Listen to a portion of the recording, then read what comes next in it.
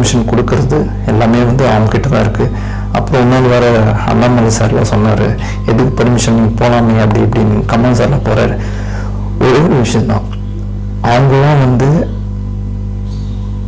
Politics டிஎம்கேலேருந்து ஒருத்தராக போகிறாங்க. But விஜயனாக்குன்னு ஒரு பேர் இருக்குது, ஒரு பிராண்ட் இருக்குது. ஸோ அவர் போகும்போது கூட்டம் வரும். நீங்கள் அசால்ட்டாக அவங்கள மாதிரி இவங்களும் போகணும்னு அதை நினைக்கவே முடியாது. ஏன்னா கூட்டம் வந்துடும். இப்போ கமல் சார் போகிறாருன்னா அவங்க கூட்டம் வராது, அது ஏன்னு தெரியும்.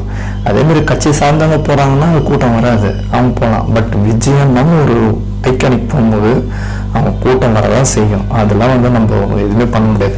சப்போஸ் அவர் சொல்லாமல் போனால், ஒரு வேளை சரி நானும் கிளம்புறேன்னு போனால், அது இன்னும் ஒரு ஸ்டேட்மெண்ட் ஆகிடும். ஏன் கேட்டுலாம் போக மாட்டீங்களா, நீங்கள் பாட்டு போயிடுவீங்களா, அப்படி எது காவல்துறை இருக்கும், இப்போ நீங்கள் தான் கிரியேட் பண்ணுறீங்கன்ற மாதிரிலாம் ஏதோ பிம்பம் பண்ணுவாங்க. ஓகேங்களா? அதனால் பர்மிஷன் கேட்டு போகிறது என்னை பொறுத்த வரைக்கும் கரெக்டு தான் நான் நினைப்பேன். அது உங்களோட கருத்தாக கூட இருக்கும். சில பேருக்கு, சில பேர் புரியாமல் ஏதோ பேசுகிறாங்க, அது நம்மளுக்கு தேவையும் கிடையாது. ஒரு 10ல் ஒரு 2 பேர் பேசினா தான் ஒரு அரசியல்ன்ற ஒரு சூடு பிடிக்கும். அதனால் வந்து பேசுகிறவங்க பேசிட்டோம், அது நம்மளுக்கு ஒரு பூஸ்டப்பாகவும் இருக்கும். ஓகே, அப்போ நம்ம கரெக்டாக தான் பண்ணுறோம் அப்படின்ற மாதிரி தான் இருக்கும். பட் நெகட்டிவ்ன்றது எல்லாருக்குமே வரும், எல்லாருக்குமே வரும். அதை நம்ம எடுத்துக்கிறதும் எடுத்துக்காதும் அது நம்மகிட்ட தான் இருக்குது. ஓகேங்களா? அதனால வந்து நம்ம நோக்கம் என்ன, நீ என்ன வேணால் வேறு பேசு, என் ஃபோக்கஸ் ஃபுல்லாக மக்கள்கிட்ட தான்.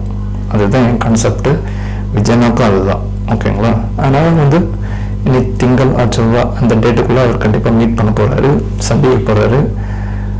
ஒரு குடும்பத்துக்கிட்டையும் அவர் நின்று பேச போகிறாரு. அது விஷயம் நமக்கு தெரியுமான்னு தெரியாது, ஏன்னா மீடியாக்கெல்லாம் உள்ள அதோட கிடையாதுன்னு சொல்கிறாங்க. ஓகே, அது இருந்தாலும் ஓகே தான். பட் கூடிய சீக்கிரம் விஜயனாவை பழைய மாதிரி நம்ம பார்க்கணும். இந்த துயரத்துலேருந்து வெளியே வர முடியாத ஒரு விஷயம். பட் அதெல்லாம் தாண்டி தான் வந்து அவங்க ஒரு வழி இல்லை. அந்த 41 உயிருக்காக வச்சு எழுந்து அதுக்கான